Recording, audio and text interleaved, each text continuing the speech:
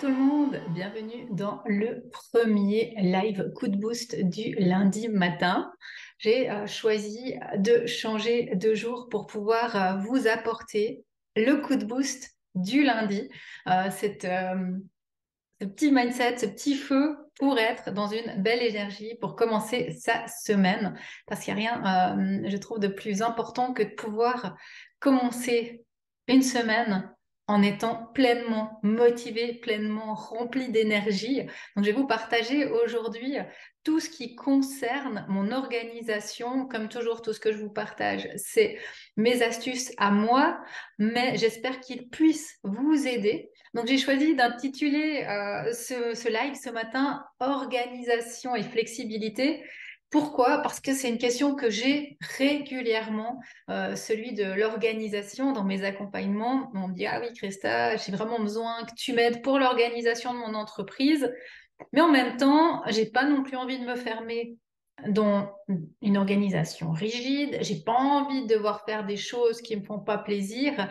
Et vraiment, c'est là que j'avais envie de vous amener comment moi je m'y prends par rapport à cette organisation en gardant cette flexibilité, cette spontanéité, ce plaisir qui est essentiel dans, pour moi, l'organisation. Donc, ce que je vais vous partager aujourd'hui sont mes astuces, mes pistes. Moi, je vous invite vraiment toujours, après un live, à choisir une astuce, une piste et la mettre en action. C'est essentiel hein, de pouvoir passer à l'action, de pouvoir mettre en place les pistes qui sont proposées et de nouveau de partir sur une chose que vous pouvez vraiment mettre dans votre entreprise aujourd'hui et que vous puissiez l'utiliser concrètement pour pouvoir avoir des résultats, pour pouvoir atteindre vos objectifs, pour pouvoir vraiment avancer dans votre entreprise.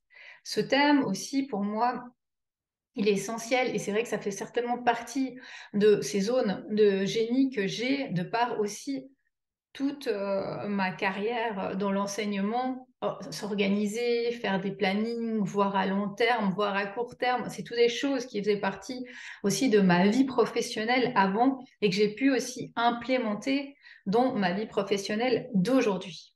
Alors, dites-moi dans les commentaires sur 10, comment vous vous sentez niveau organisation pour votre entreprise? Parce qu'il y a l'entreprise, hein, il y a la vie privée et là vraiment c'est pour votre entreprise. Comment vous vous sentez niveau organisation? Est-ce que vous vous sentez vraiment excellent? C'est quelque chose que vous maîtrisez? Vous n'avez aucun problème niveau organisationnel, niveau entrepreneurial et vous pourriez dire que vous mettiez un 10 ou sur 10, combien vous mettez? Ou si oh là, c'est pas évident, vous essayez plein de choses, vous commencez des choses, vous finissez pas, et que ça reste quand même une zone un peu difficile pour vous niveau entreprise. Alors, premier point pour moi, je dirais niveau organisation, c'est tout ce qui est objectif et focus. Pour moi, c'est essentiel de se mettre des objectifs mensuels, je dirais sur 3 mois également, et la semaine. Donc, c'est vraiment comme ça que je fonctionne, par objectif et focus. J'ai vraiment un focus sur un projet qui est important pour mon entreprise à un moment. Là, je suis sur le lancement de mon académie, c'est un gros focus. Il y a des focus de différentes intensités. Et d'une fois que j'ai mon focus, là, j'implémente les objectifs et je m'y tiens dans cette constance. Et pour moi, c'est essentiel. S'il n'y a pas de focus, pour moi, il ne peut pas y avoir d'objectif et vous allez vous perdre parce que si vous êtes comme moi, vous avez 1000 idées à la seconde ou à la semaine et vous pourriez lancer 55 projets. C'est quelque chose que j'ai fait beaucoup hein.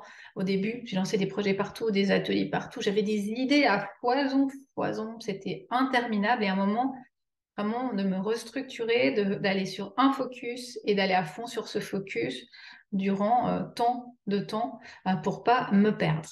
Donc déjà, pour moi, c'est le premier point, organisation, objectif, focus. Donc posez-vous la question, je dirais maintenant, quel est mon focus du mois de septembre? Ou quel est mon focus de la semaine? Et qu'est-ce que je vais mettre en place durant cette semaine pour mon entreprise pour ne pas perdre mon focus? Vraiment, ne vous laissez pas happer par des autres projets qui vont venir. Notez-les dans un carnet, laissez-les quelque part, mais ne vous perdez pas. Restez sur votre focus à fond, vraiment, pour votre organisation. Comment je fonctionne? C'est que je pose des objectifs au début de mois. Là, ben, on commence septembre. J'ai des objectifs très clairs pour septembre. Bon, je vous le disais, moi, je suis aussi dans le lancement de l'académie, donc c'est encore une organisation qui est différente que d'autres moments de l'année, mais je sais où je vais en septembre. Ah, et je sais où je vais dans les 2 prochains mois par rapport à l'académie. Mon focus sur l'académie, je l'ai mis dans mon agenda. Je sais aussi les dates clés dans mon agenda que j'ai. Et ce que je fais, c'est qu'en début de mois, je pose clairement des objectifs pour mon mois et je fais toujours le bilan du mois passé. Qu'est-ce qui a fonctionné le mois passé? Qu'est-ce qui n'a pas fonctionné? Qu'est-ce que je peux célébrer? Qu'est-ce qui a été vraiment des belles victoires, des belles réussites? Qu'est-ce que je peux ajuster? Qu'est-ce que je peux transformer? Qu'est-ce que je peux changer? Je prends vraiment du temps en début de mois, fin de mois, pour faire mon bilan, pour poser mes objectifs pour le mois, pour voir qu'est-ce que je garde, qu'est-ce que j'améliore, qu'est-ce que je laisse.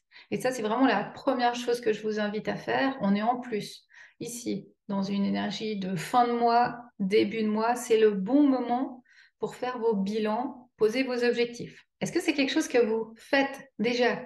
Est-ce que vous prenez du temps en fin de mois, en début de mois pour faire le bilan de votre mois, pour voir où vous en êtes, pour voir qu'est-ce que vous gardez, qu'est-ce que vous enlevez, pour comprendre les fonctionnements, qu'est-ce qui fonctionne dans mon entreprise, qu'est-ce qui ne fonctionne pas, pourquoi, qu'est-ce que je peux améliorer? Vous savez, cette phrase qui dit que c'est en faisant des choses qu'on n'a jamais faites qu'on a des résultats qu'on n'a jamais eus.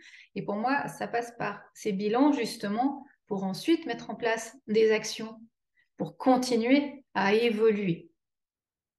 Ensuite, pour moi, il y a cette importance de mettre des routines qui soient flexibles. Parce que de nouveau, on est des êtres humains, on en reparlera aussi, mais des cycles, encore plus des femmes. On a des moments où on en a marre. Des fois, où on se dit, mais qu'est-ce que j'ai créé cette entreprise? Peut-être c'est mieux que je retourne dans le salariat ou que je fasse autre chose. Et c'est normal.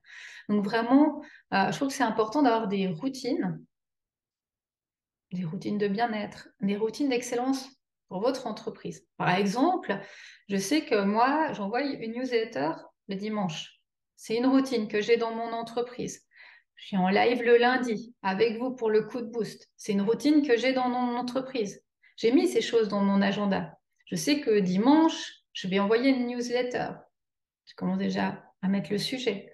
Je sais que lundi prochain, je serai en live avec vous. Peut-être penser au sujet. J'ai des routines par rapport aux fins de mois, début de mois, les bilans dont je vous parlais et objectifs. J'ai des routines par rapport aux pleines lunes, aux nouvelles lunes, à des rituels que je mets en place.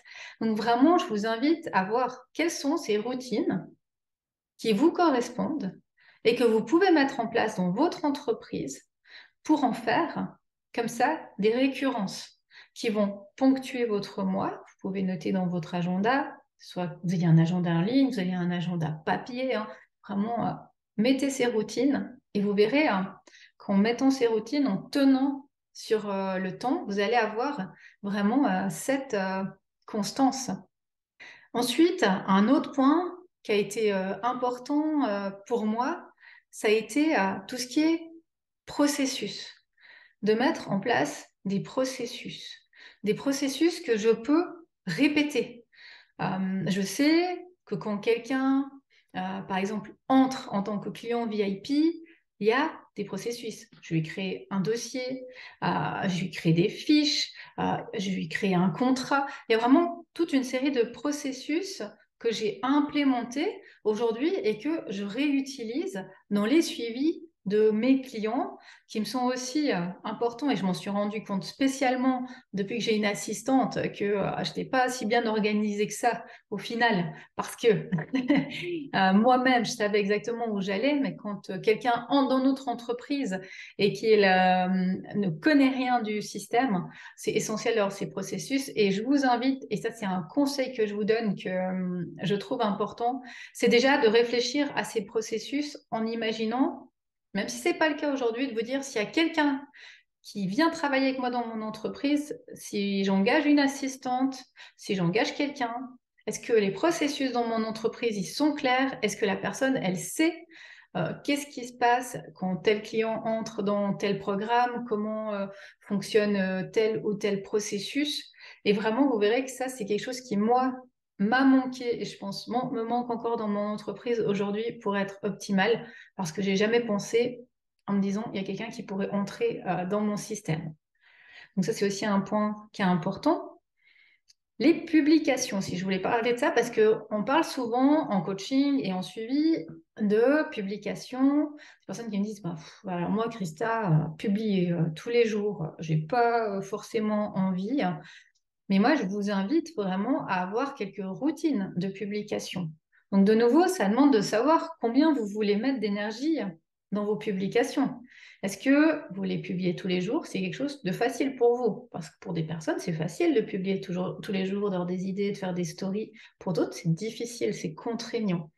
Et ensuite, une fois que vous avez identifié, OK, ben moi, je peux publier tous les jours, je me sens à l'aise avec ça, vous pouvez vraiment commencer à avoir des récurrences dans vos publications.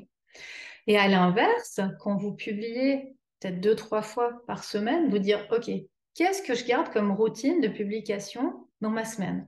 Ben, je pourrais au moins faire un post dans la semaine pour parler d'un de mes services ou de mes produits, ou pour amener une petite astuce, l'astuce de la semaine. OK, commencez, j'ai envie de dire, petit. Quelque chose qui ne vous épuise pas. Parce que quelqu'un disait tout à l'heure, hein, ici, ah, je commence des choses et au bout d'un moment, j'arrête, j'abandonne, je m'épuise. Donc vraiment, allez par étapes. Et là aussi, je vous invite à vous mettre quelques récurrences en vous gardant cette flexibilité. Je me souviens qu'au début que j'ai commencé, j'avais pris un petit programme où on avait des idées tous les jours pour des publications. C'était assez agréable. Mais au bout d'un moment, je me suis rendu compte que moi, ça ne me correspondait pas. Pourquoi? Parce que je programmais mes publications sur le mois, mais finalement, quand la publication passait, je n'étais pas du tout dans cette énergie. Donc moi, j'aime avoir des récurrences. Par exemple, le lundi matin, je fais le live, j'ai mon post pour annoncer le live, mais j'aime aussi avoir de la spontanéité dans mon organisation de planification, me dire, il y a des routines, il y a des posts qui viennent, mais il y a aussi de la liberté par rapport à ces posts. Si tout à coup j'ai vécu quelque chose, j'ai eu un témoignage, j'ai eu une situation où j'ai envie de pouvoir être spontanée dans mes partages. Et ça, c'est quelque chose qui m'a fallu du temps pour trouver cet équilibre de publication. C'est quoi pour moi qui est juste? Qu'est-ce que j'ai envie de publier? Qu'est-ce que j'ai envie de programmer? Qu'est-ce que j'ai envie de garder spontané pour moi? Et ce que je fais, ce que j'aime bien faire moi, c'est que j'ai dans mon téléphone portable une note qui s'appelle idées de poste. Et là-dedans, je mets des idées. Ce qui me permet d'avoir comme ça une petite bibliothèque d'idées de postes pour quand je suis à court d'idées, parce que des fois, j'ai pas d'idées. Il y a des fois où j'ai plein d'idées, des fois où j'ai pas aucune idée. Et grâce à ces petits tips, je suis pas dans ce côté, ah, mais il faut encore que je trouve une idée. Ah, mais comment je vais faire? J'ai pas d'idée pour mon poste. Donc vraiment, ça c'est ma façon de voir les publications. Si vous souhaitez me dire comment vous fonctionnez pour les publications, n'hésitez pas. Est-ce que vous avez un calendrier éditorial avec tout votre mois? Est-ce que vous faites, je sais qu'il y a des gens qui aiment bien faire de semaine en semaine ou chaque 2 semaines. Est-ce que peut-être vous déléguez vos publications à quelqu'un? Parce qu'il y a des personnes qui font ça, hein. Ça, c'est aussi une possibilité. On en parlera aussi de déléguer certaines tâches, notamment les publications. On se dit, ben, alors moi, j'ai pas envie de perdre du temps là-dedans. Vous pourriez peut-être déléguer à quelqu'un quelques heures, lui dire, ben, moi, j'aimerais 3 publications par semaine ou 2 publications par semaine. Hop, la personne, elle s'en occupe de A à Z. Et là, petite délégation, Coco Aline, qui vous permet justement d'avoir un peu d'équilibre par rapport à vos publications. Donc, posez-vous ces questions, posez-vous comment vous vous organisez niveau publication, qu'est-ce qui est juste pour vous, pour tenir sur la distance sans vous épuiser.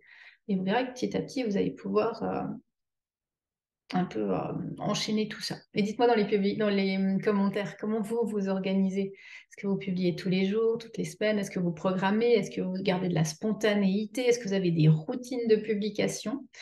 Je serais intéressée de vous lire par rapport aux publications.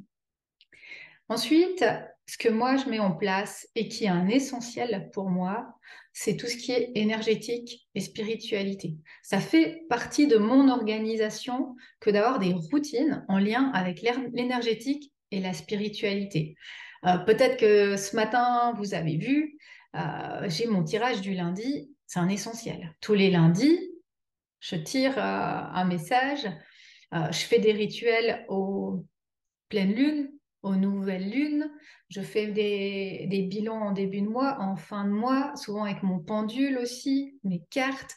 C'est vraiment quelque chose qui fait partie à moi de mon organisation complètement, où j'utilise vraiment mes outils de spiritualité pour aussi planifier mon mois, mes objectifs, avoir des énergies pour la semaine, des énergies pour le mois, pour les pleines lunes, réajuster les choses. Ça, c'est important pour moi. Et le deuxième point aussi qui est essentiel pour moi niveau organisation et spiritualité, c'est tout ce qui est visualisation. Je prends du temps, en tout cas toutes les semaines, pour mon tableau de visualisation qui est sur mon bureau. Donc ça, c'est facile à prendre du temps, juste à lever la tête, il est là. Et je revois ma visualisation, mes points clés. Je prends du temps pour tout ce qui est visualisation. Et ça fait partie aussi de mes routines par rapport à l'organisation, aux objectifs et au focus. Donc voilà comment je fonctionne par rapport à ces points-là. Moi, niveau outils, j'essayais beaucoup d'outils parce que chacun venait me donner des outils différents, des programmes. Il existe des cinquantaines de programmes. Et vraiment, pour moi, mon outil préféré, c'est mon agenda papier. J'aime le papier, j'aime les stabilos, les couleurs, j'ai des codes couleurs pour différentes tâches. J'aime ouvrir mon agenda et puis voir les couleurs vraiment visuellement. C'est quelque chose que j'aime. Et j'ai un bullet un peu préconstruit pour chaque semaine. Donc moi, j'aime tout ce qui est papier, couleur, dessin. C'est vraiment quelque chose qui fait partie de ma façon de faire. Donc à vous de voir quel est votre outil. Si vous aimez votre téléphone, si vous aimez des programmes sur l'ordinateur, faites-le sur l'ordinateur également. Donc moi, j'aime le côté papier et les couleurs. Aline, tu dis moi aussi. Autrement, je n'aime pas les to-do list. À un moment, j'avais beaucoup de to-do list. Je me souviens, un to-do list, ça rallonge vraiment un peu comme une liste de commissions. Mais je me suis rendu compte que c'était pas efficace parce que sur cette to-do list, il peut avoir vraiment n'importe quoi comme chose. Et c'était pas par ordre de priorité et c'était pas par ordre d'importance.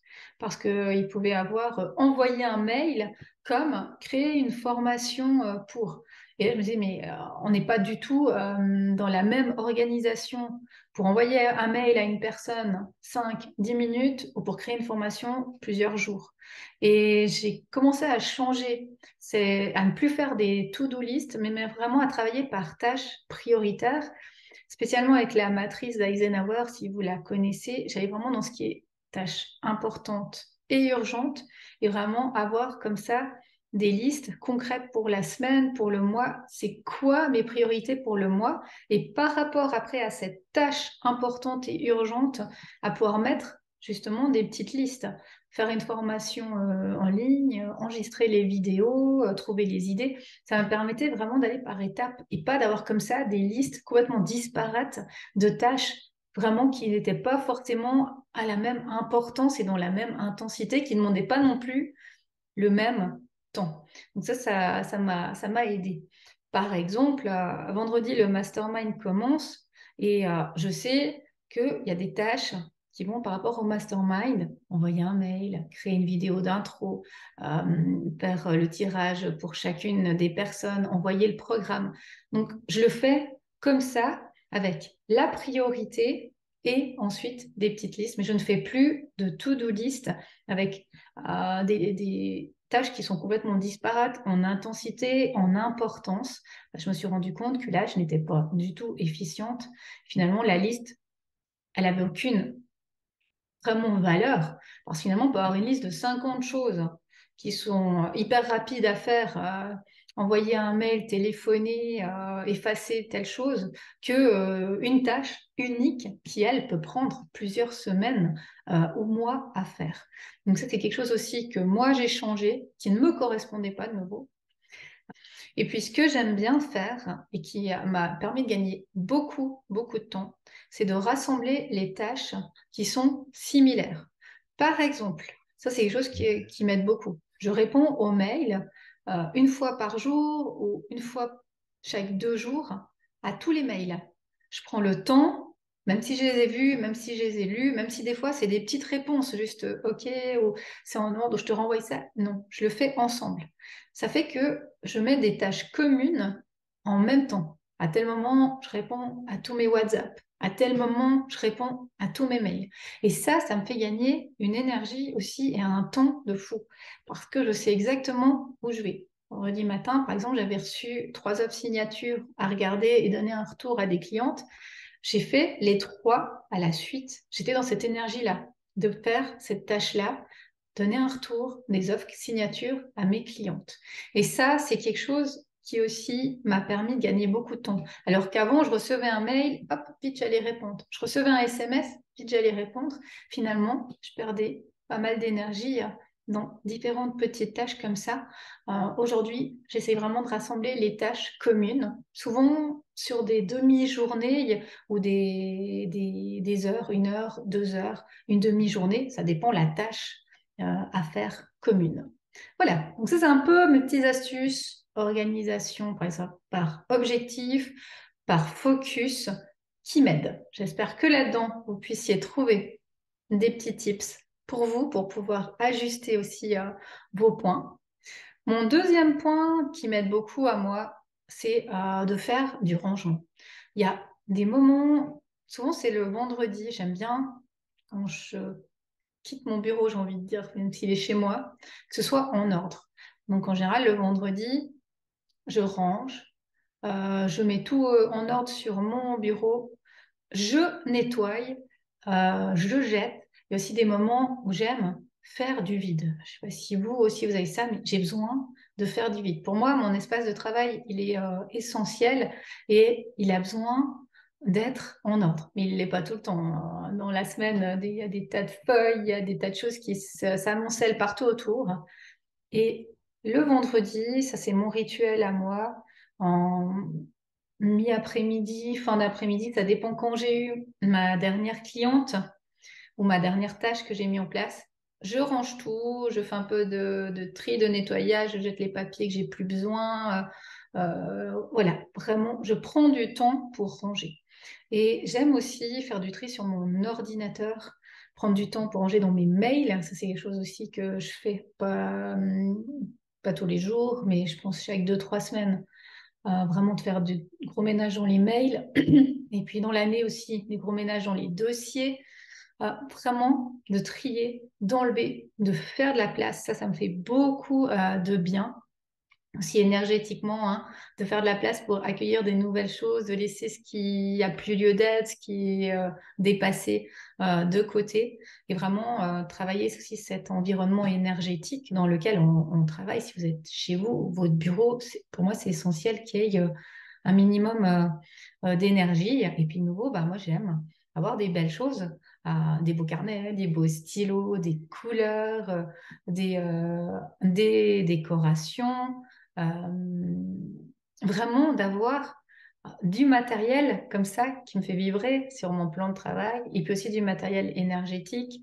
J'aime allumer une bougie, dépend ce que je fais. Typiquement, si je fais un tirage pour quelqu'un, j'aime allumer une bougie. J'aime nettoyer mon espace, soit avec des sprays, soit avec un bâton de sauge. Avant de partir dans ma semaine, le lundi par exemple, j'aime nettoyer mon espace de travail.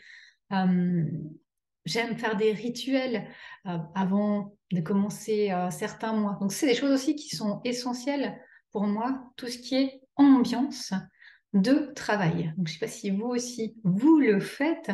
Vous prenez du temps pour ranger votre espace toutes les semaines, peut-être tous les soirs, avant de fermer votre espace, partir de votre bureau, vous mettez en ordre vos affaires, vous triez vos mails, votre ordi, votre téléphone.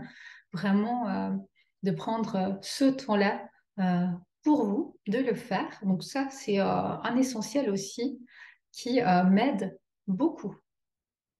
Troisième point aussi qui m'aide beaucoup, celui-là, il m'a fallu des temps pour le mettre en place, c'est tout ce qui concerne mon téléphone portable.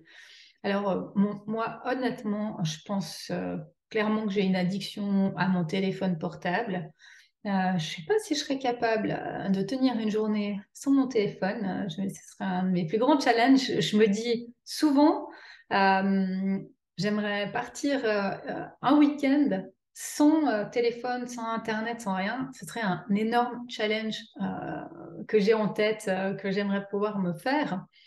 Et vraiment, ce que je fais, ce que j'ai mis en place pour mon téléphone portable, c'est que déjà, le 99% du temps, il est sous silence. J'ai jamais quasiment ma sonnerie, à moins que je sais que quelqu'un doit m'appeler et que j'allume juste mon téléphone pour pas louper son appel, parce que souvent, et si vous essayez de m'appeler, vous avez déjà remarqué, je ne vois pas vos appels, je vous rappelle ensuite, mais je ne les vois pas parce que je n'ai pas de sonnerie à mon téléphone. Ça, c'est quelque chose qui est important pour moi. J'ai pas d'alerte, notification, ni sur mon ordi, ni sur mon téléphone portable. C'est quelque chose que j'ai aussi enlevé. Toutes les alertes, toutes les notifications. Et vraiment, je vais sur mon téléphone et je regarde ce qu'il y a. Comme je vous dis, bah, je prends des fois un temps ou à midi ou en fin d'après-midi pour répondre aux messages. Mais vraiment, ça, c'est quelque chose que j'ai enlevé et qui me permet d'être beaucoup plus efficiente. Surtout quand j'ai des tâches qui demandent beaucoup de concentration. Je sais que mon téléphone, il est posé, il est là, il est quand même allumé, je ne l'éteins pas, mais je ne le regarde pas. Et j'ai pas la sonnerie qui vient, j'ai pas une distraction qui vient, j'ai pas une notif qui vient et puis d'un coup je pars parce que je suis comme ça, je sais pas si vous êtes comme ça aussi, mais je pars sur mon téléphone pour aller voir un message ou un mail. Eh ben, j'ai tout fait sauf, je sais même plus ce que j'étais venue faire, sauf aller voir ce que j'étais venue faire. J'étais un peu bullée sur Insta, sur Facebook, j'ai répondu à 2 WhatsApp que j'avais reçus, une copine qui m'a appelée, je la rappelle, et j'ai perdu un temps incroyable sur mon téléphone à ne même pas faire la tâche que j'avais faite. Donc pour moi, ça reste encore, je pense, mon gros point à améliorer, tout ce qui est téléphone, perte de temps avec le téléphone, à aller regarder des choses qui sont complètement inutiles finalement et qui m'ont fait perdre beaucoup d'énergie dans le vide. Donc ça, c'est un point qui est important. Ensuite, un point qui est essentiel aussi, que j'ai appris à changer, je n'avais pas ça, surtout quand j'étais avant étudiante, de ne pas travailler plus de 90 minutes. C'était vraiment quelque chose, je dirais plutôt par tranche comme ça, de demi-matinée. Souvent, je coupe en deux la matinée, je coupe en deux l'après-midi. Mais vraiment, je ne travaille rarement plus que 90 minutes parce que notre cerveau, après 90 minutes, c'est impossible pour lui d'être efficace. Donc vraiment, c'est quelque chose que j'ai mis en place. Je travaille pas comme un forcené, j'allais dire. Je ne travaille pas des heures sur quelque chose sans m'arrêter. Je prends vraiment le temps de faire des pauses par rapport à ce que je fais. Et puis, mon astuce à moi, alors moi je suis du matin clairement, mon astuce à moi, c'est que je commence vraiment le matin et encore plus au début de semaine avec des tâches qui sont plus lourdes, qui sont plus conséquentes ou qui me demandent beaucoup plus de concentration. Ça, c'est quelque chose qui est important pour moi. Et ensuite, dans la journée, dans la semaine, en fait, je fais des tâches qui sont beaucoup plus légères. Je dilue vraiment ma semaine comme ça. Et ça me permet aussi d'être très, très efficace par rapport à mon rythme biologique. Hein. Vraiment de me dire, OK, le matin, je commence par ce qui est conséquent pour moi, par ce qui me demande de la concentration. Le début de semaine, je mets de l'énergie là-dedans. Et plus la semaine elle avance, plus je peux relâcher selon un petit peu aussi les semaines, les mois, ce qui se passe. Mais ça me permet vraiment d'avoir une énergie pour ma journée et pour ma semaine en étant efficace. Je sais qu'après-midi, pour moi, c'est impossible d'aller sur une tâche très, très, qui me demande beaucoup de concentration. Je sais aussi que le soir, pour moi, c'est impossible de rien faire parce que je suis épuisée et je ne fais rien le soir. Donc ça, c'est quelque chose aussi que j'ai appris vraiment à m'écouter, à me connaître. Ça, c'est un point essentiel que je n'avais pas au début, que j'ai appris avec l'entrepreneuriat. On a cette chance incroyable de pouvoir calquer nos semaines, nos journées sur notre rythme, mais ça demande tout un travail de déconstruction quand on vient d'un monde, moi typiquement, où j'étais vraiment formatée à des horaires scolaires, à des tranches, à des temps, à un rythme de travail qui n'était pas forcément mon rythme à moi.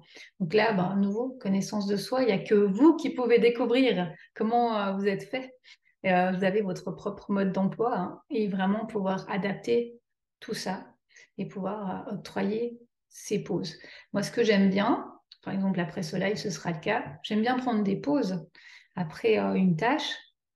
Je me pose, je me fais un thé. S'il fait beau aujourd'hui, c'est pas le cas. Je vais faire un petit tour dehors. Ça peut être vraiment très court, hein, juste m'asseoir quelques minutes, voir mes animaux, manger deux, trois framboises, enfin bref, mes petites routines à moi qui me font du bien, qui me permettent de me couper et puis aussi d'être beaucoup dans la gratitude. Parce qu'à chaque fois, je me dis, mais j'ai une chance énorme de pouvoir faire comme je veux vraiment ma semaine, me dire, mais, en fait, je peux m'arrêter là dans ma semaine et pouvoir, dans ma journée, pouvoir faire ce qui me plaît. Si j'ai envie d'aller me faire un thé, je vais me faire un thé. Si j'ai envie d'aller faire un tour dehors, je vais faire un tour dehors. Et ça, cette gratitude aussi, pour moi, elle est importante dans finalement cette organisation et cette flexibilité de faire ce que j'aime. Un point aussi qui est important pour moi, c'est celui d'écouter mon rythme biologique et de prendre soin vraiment de mon énergie, encore plus aujourd'hui où je suis malade, où je sais que j'ai pas la même énergie qu'avant, alors pour différentes raisons, la maladie, l'âge, tout, je le vois, que j'ai pas la même énergie qu'avant, de l'accepter et d'aller vraiment voir, me connaître et voir, accepter tout ça, me dire, bah oui, je peux pas faire la même chose qu'avant, je peux pas en faire plus que tant, et ça, c'est important. Donc, je vous disais avant, je me connais bien, je sais que c'est le matin où je suis le plus efficace. Je vais là prendre les tâches qui sont plus dures. Je sais que le soir, je suis fatiguée, je ne fais quasiment rien le soir. Très rare que je fasse quelque chose le soir où j'ai besoin de concentration. J'écoute beaucoup le rythme de la nature, hein, des saisons, des lunes, et puis aussi mon cycle menstruel, mon cycle féminin. Alors là, je me suis rendu compte, hein, il y a des fois dans mon cycle où je suis remplie d'énergie. Il y a des fois où il ne faut pas me parler, où il n'y a rien qui va, où tout ce que je fais, c'est nul, et puis c'est comme ça.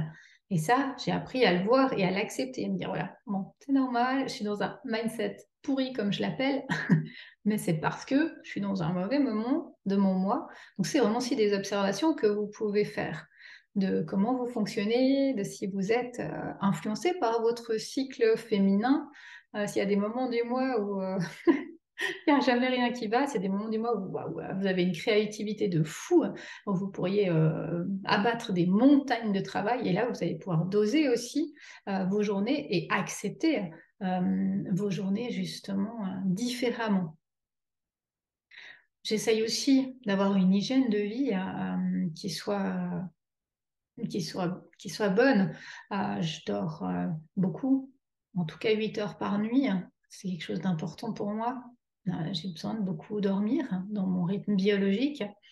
J'aime cuisiner sainement, manger local, consommer local, cuisiner des légumes, des choses qui sont fraîches. Même alors, je suis pas du tout une grande cuisinière et j'aime pas forcément cuisiner, mais j'aime faire des choses qui soient naturelles et prendre soin de ce que je mange et de mon corps. Parce que de nouveau, hein, tout est énergie, ce qu'on ingurgite aussi hein, est énergie et c'est important pour moi de consommer comme ça. J'aime le sport, hein, donc j'aime faire des activités, du sport, des balades.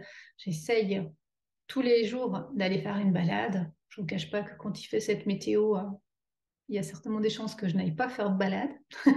Mais j'essaye d'aller tous les jours faire au moins une balade, de faire 2 fois par semaine mes cours de yoga. Donc là, c'est plus facile, c'est moi qui les donne. Donc ça ça m'oblige à les faire.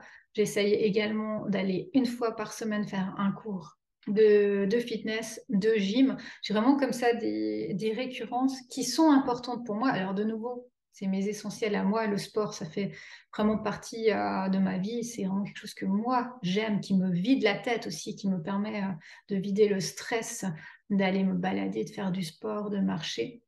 Et j'accepte surtout d'être un être humain imparfait avec ses émotions, avec ses hauts, avec ses bas, et vraiment de pouvoir m'écouter. Donc tout ça par ce travail, hein. Je connais bien mon human design, je suis projector, je connais mon chronotype, je suis lion. Donc c'est tous des outils de connaissances dans ma boîte à outils qui m'ont permis de mieux me connaître, qui m'ont permis de mettre en place mes outils à moi, la méditation, des soins pour moi, des soins énergétiques aussi. Tous les mois, j'essaye de prendre au moins un soin énergétique chez quelqu'un. Pour moi, c'est quelque chose d'important. Des tirages, des respirations, vraiment ma petite cuisine à moi de bien-être. Mais tout ça, c'est en me connaissant que j'ai pu le faire. Et je me souviens que je me suis beaucoup perdue en écoutant des astuces des autres. On me disait, ah oui, ben moi, je me lève à telle heure, je fais quelqu'un qui le Miracle Morning, je me lève à telle heure pour faire telle chose. Ah ben moi, je fonctionne comme ça. Puis j'ai essayé plein de petites choses. J'ai testé en fait, expérimenté. J'ai gardé ce qui ne me correspondait pas. J'ai enlevé ce qui... j'ai gardé ce qui me correspondait et j'ai enlevé ce qui ne me correspondait pas. Donc ça aussi, ça a pris du temps. Je trouve que ça prend du temps à se connaître, à connaître son rythme, à sortir des routines de la société parce que dépend l'activité qu'on a, eh ben, on n'a pas tellement d'autres choix que d'avoir ce rythme biologique-là, on est d'accord. Donc vraiment, connaissance de soi, ça je vous invite vraiment. Plus vous vous connaîtrez, plus vous pourrez mettre en place vos propres outils et plus vous allez pouvoir expérimenter, hein. En général, pour savoir si ça nous correspond ou pas, il faut passer par l'expérimentation, c'est le mieux. Point aussi que je voulais vous parler pour terminer, parce que je parle beaucoup, je pourrais vous parler des heures et des heures de ce sujet, c'est la délégation. Pour moi, ça c'est un point, je vous invite vraiment à déléguer des tâches. Aujourd'hui, j'ai une assistante. J'ai pas toujours eu une assistante, mais j'ai toujours délégué des petites tâches.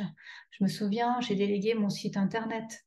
Euh, je me souviens que j'ai délégué des visuels sur Canva. J'ai payé quelqu'un pour me faire un nombre de visuels et que je réadapte pour mes publications. Ça me fait gagner beaucoup de temps parce que si vous connaissez Canva, on peut y passer notre journée et on trouve toujours quelque chose de génial en plus à voir. Et finalement, on perd du temps, beaucoup de temps là-dedans.